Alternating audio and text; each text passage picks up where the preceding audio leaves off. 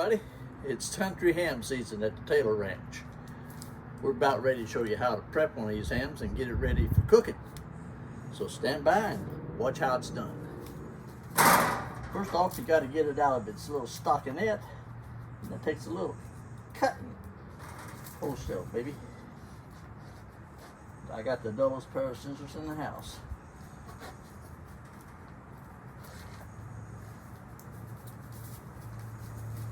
Okay. Take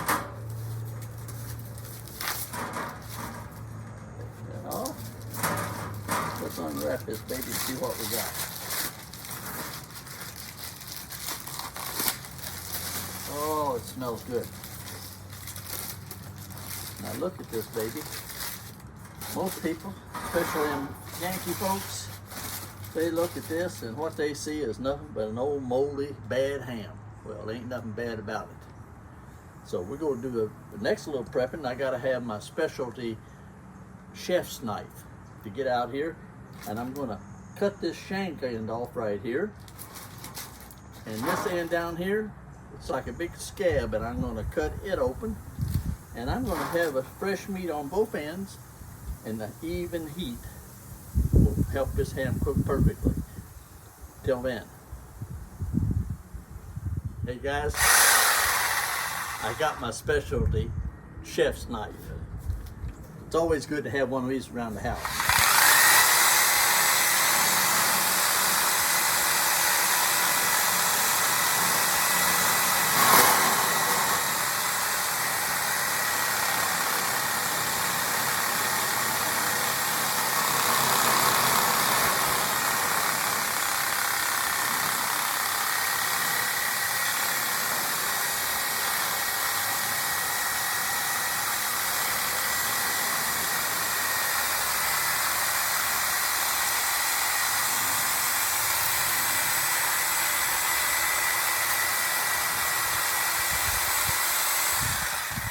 Almost done.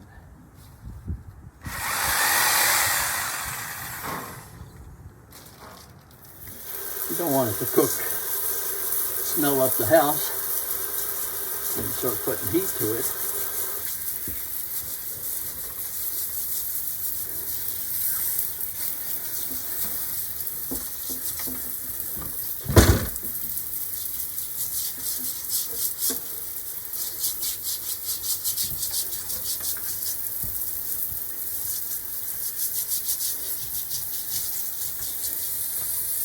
Now let me show you what this ham looks like with a little bit of cleaning. Start with, there's the end that I cut off the excess hardness, the scab off of it. And there is the shank end. And that's how that's done. Next stage, we'll head for a grill.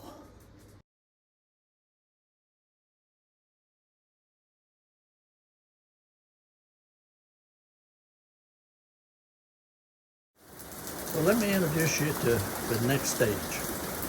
I've got it on the grill now. I've got the heat on. I've put it in a roasting pan. I filled it up with water, cover about half of the ham.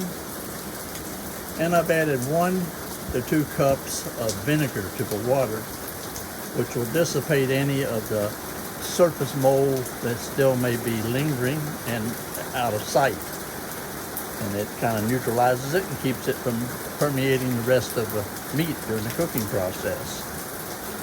Background noise is a heavy downpour here in DeBerry, Florida. And now I'm going to put a tent over the ham and help it retain some moisture at the top during kind of a steaming process.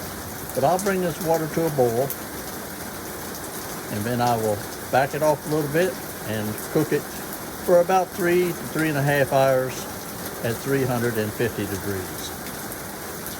We'll be back a little later in the process. Stick with us.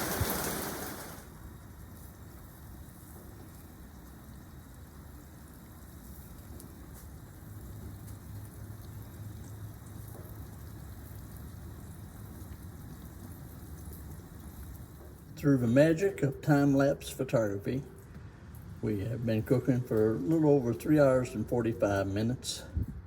and we've reached an internal temperature of 160 degrees.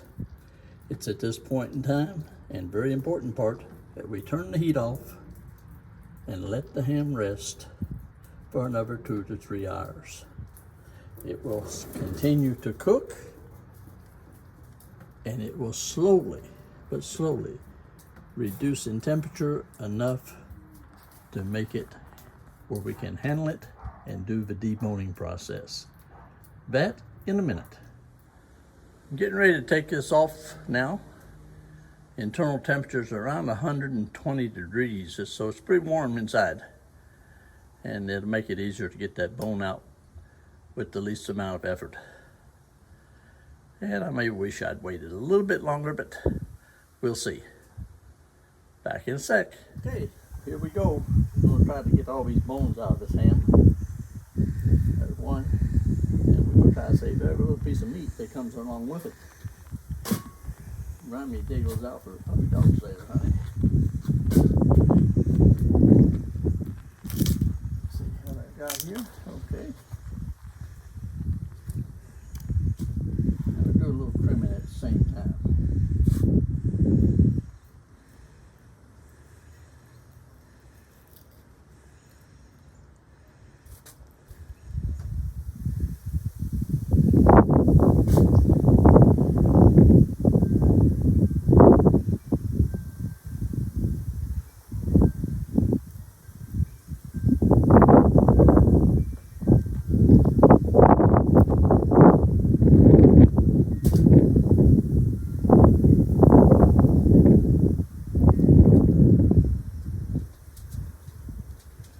Will be a work in progress.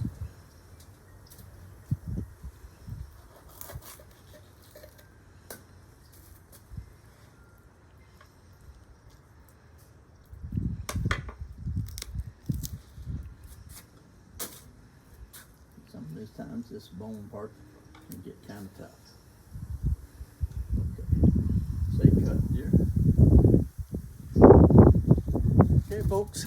Now it's time to get this ham back together and put it in one piece. All the hides off of it. I'm gonna get it wrapped just like wrapping up a football. And it's easier to do than it looks with I don't have any extra heavy duty foil at the moment, so I'm using what I got, which I have to use 2 or 3 sheets to make it work.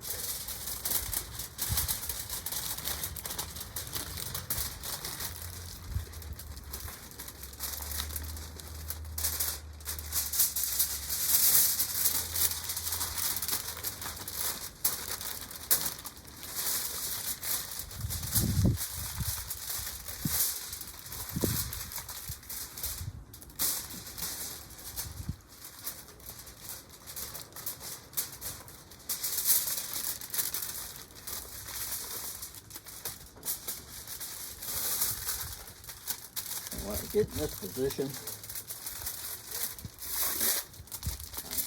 I'm putting a lot of pressure on it and squeezing it where that bone came out and left a little bit of a gap in there. But if you get it squeezed tight enough, the natural gelatin in the ham will cause that bone hole to disappear.